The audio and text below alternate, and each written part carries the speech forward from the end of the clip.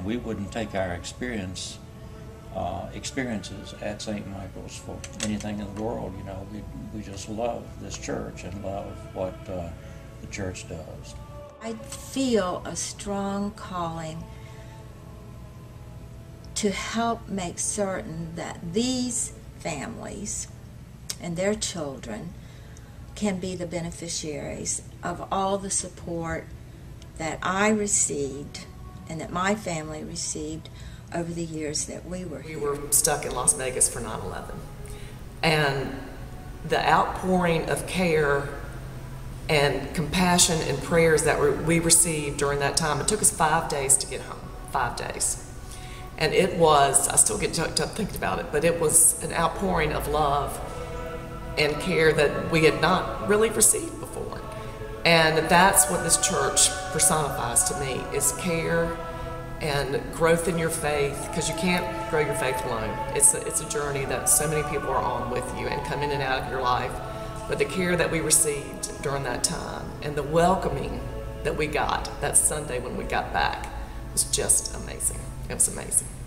I remember being in Beckwith and Canterbury Choir and the youth choirs and going on choir tours and going on mission trips with the youth, and it was a great way to grow up. St. Michael's was definitely a big part of my life growing up, and largely because my parents brought me, but eventually I had the choice of whether to come or whether to kick my feet and rebel and insist on staying home, and for the most part I decided to keep showing up. It was just great programs here, great friends that I made, and great memories. Whatever you're praying for or whatever you're seeking or needing, God can answer in many ways. One Sunday I was right here at St. Michael's. It was after communion. I was on my knees praying, and I don't remember the exact prayer, but it was, "Dear God, help me to be open to anything that you would bring my way that could lessen this grief." It was a direct prayer and a direct request, and I somehow put it together, and what I found out, that not only by helping others it helps your grief soften.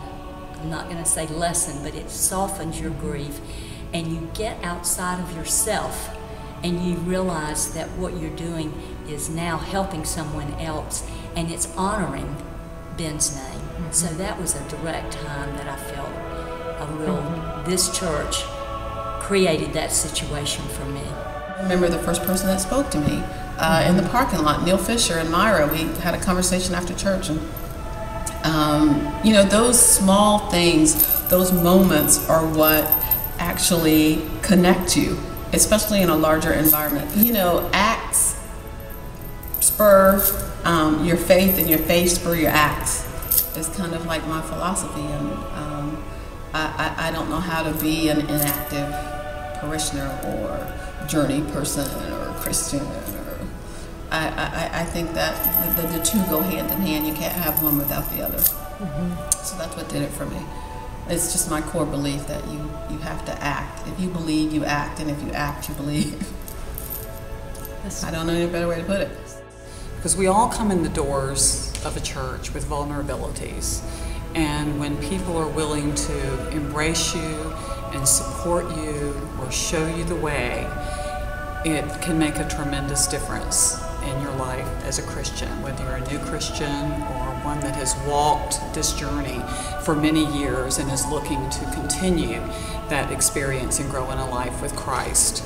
I did feel called, and when I look back over my life, it led to this perfect position that I could share gifts that I've been given with others, and it has brought great joy to me. And watching other people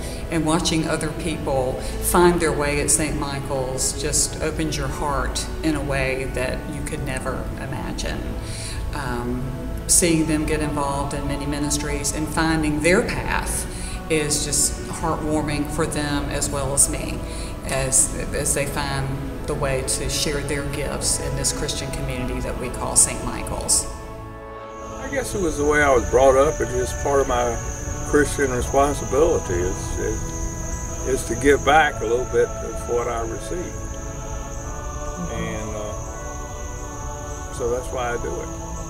That's why I guess all of the volunteers do it. You know, we've got a tremendous volunteer staff over here. To me, the unsung heroes are the people that you don't know about, or the kitchen volunteers, the reception volunteers, you know, and it's just part of being a member here. My name is Nell Finch, for those of you who do not know me. My husband and I moved to Raleigh in January of 1955. We were a young couple in our 20s with no children. And after visiting a couple of Episcopal churches, we decided that St. Michael's was to be our second home, and so it became for 54 years.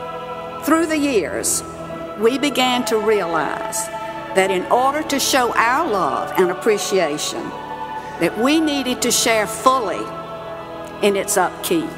As we became more involved, God showed us that we needed to give not only our time and talents, but financially as well. We all strive to be a people that live by faith and not by sight.